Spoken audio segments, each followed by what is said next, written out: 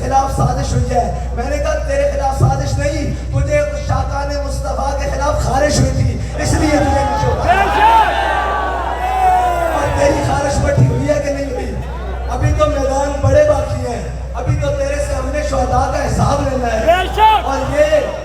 اور یہ جو ایک وزیر اعلیٰ بیٹا بن گیا ہے اور باپ کہتا ہے میں وزیر اعظم ہوں, اور بیٹا کپڑوں میں نہیں سما رہا. میں نے کہا تیرا باپ وزیر اعظم نہیں سکندر اعظم بھی ہو, حضور کے غلاموں کو کوئی بار نہیں ہے, بالکل کوئی بار نہیں ہے. اور اگر ہمارا پتہ پوچھنا ہے تو پھر جا کر پوچھ کہ تلوار کے قبضے میں جب ہم کلائی دیں گے تیرے اجداد بھی قبروں سے دہائی دیں گے.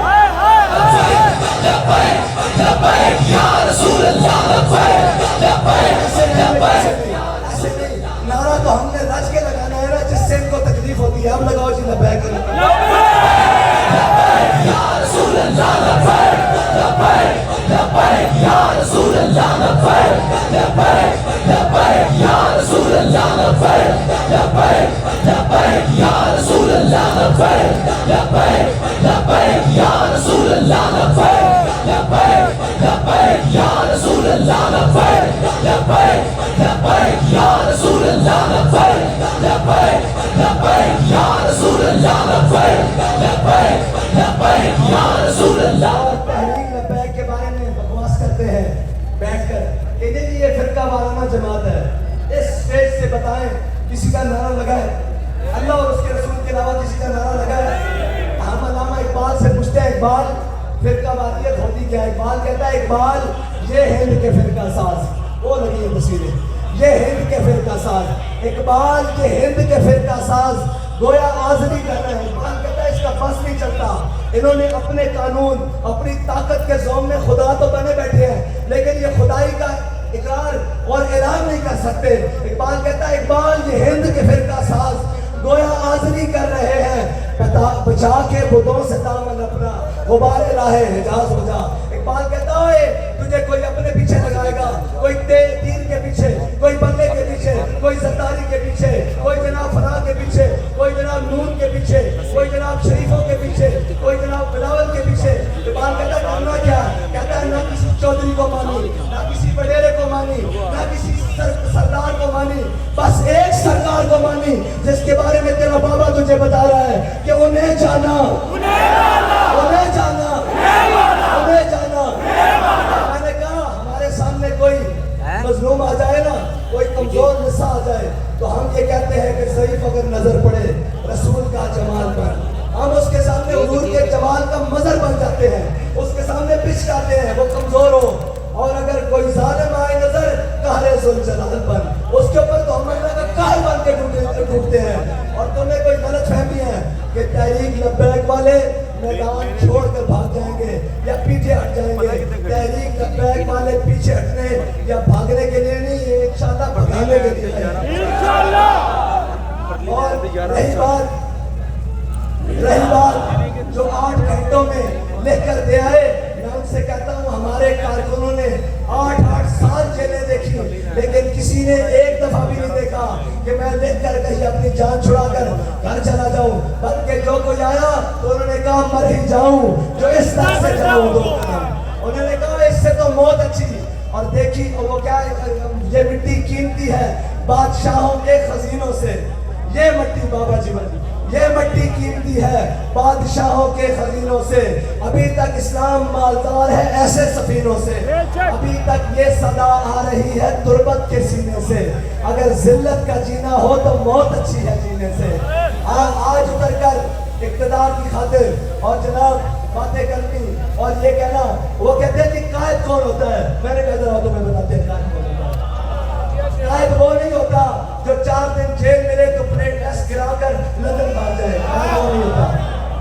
قائد وہ نہیں ہوتا جو لندن بھاگ جائے اور قوم کو کہے کہ ووٹ کو عزت دو تو نعرہ لگاؤ, اور بعد میں ووٹ کو عزت دو بھیج کر بھائی کو وزیر اعظم اور بھتیجے کو وزیر اعلیٰ بنوا لے. قائد وہ نہیں ہوتا. قائد وہ نہیں ہوتا. قائد کو 72 دے کے کربلا میں اپنے نظریے کا سودا نہیں کرتا. ہاں قائد تو وہ ہوتا ہے. اور قائد وہ بھی نہیں ہوتا جو جناب چلے اسلام آباد کی طرف لانگ مارچ لے کر اور ایک فون آئے, انہوں نے کہا جناب 10,000 شہل آ چکے ہیں, 7,000 آپ کے کارکنوں